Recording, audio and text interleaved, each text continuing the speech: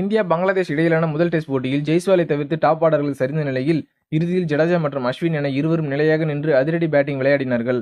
அஸ்வின் சிறப்பான சதம் ஒன்றை விளாசி களத்தில் உள்ளார். அதேபோல் ஜடேஜாவும் 86 ரன்கள் எடுத்த நிலையில் அவரும் அரை சதம் அடித்து பின்னர் அவரும் அதிரடியான ஆட்டத்தை விளையாடி அஸ்வின், ஜடேஜா என இருவருமே களத்தில் உள்ளனர்.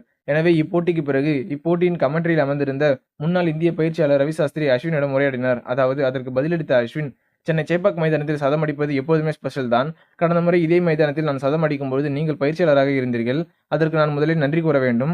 டிஎன்பியில் நன்றாக பயிற்சி எடுத்தேன். டிஎன்பியை தொடர்ந்து நேரடியாக இங்கு விளையாடியது எனக்கு நல்ல அனுபவமாக இருந்தது. அதேபோல் ஆஃப் ஸ்டம்புக்கு வெளியில் நின்று எனது பேட்டை நன்றாக வீசி ரன்களை சேர்த்தேன். இதன் மூலம் புதிய ஷாட்டுகளை கற்றதால் விரைவாக ரன் சேர்க்க முடிந்தது. பந்திற்கு பின்னால் நாம் சென்று ரன் குவிப்பது சிறிது கடினமாக இருந்தது. இந்த மைதானத்தில் பவுன்ஸ் கொஞ்சம் அதிகமாக இருந்தது.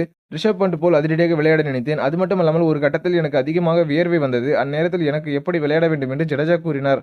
ஒரு கட்டத்தில் 3-2 ரன்களை 3 ரன்களாக மாற்ற வேண்டாம் என ஜடேஜா என்னிடம் கூறினார். எனக்கு அதுவும் உதவியது. எனவே இதன்படி 2ஆம் நாள் ஆட்டம் எப்படி இருக்கும் என்று தெரியாது. பவுன்ஸ் இருப்பதால் சரியான லென்த்தில் பந்து வீச வேண்டும். எனவே 2ஆம் நாள் ஆட்டத்தில் மீண்டும் புதிதாக களமிறங்குவோம் என பேசியுள்ளார்.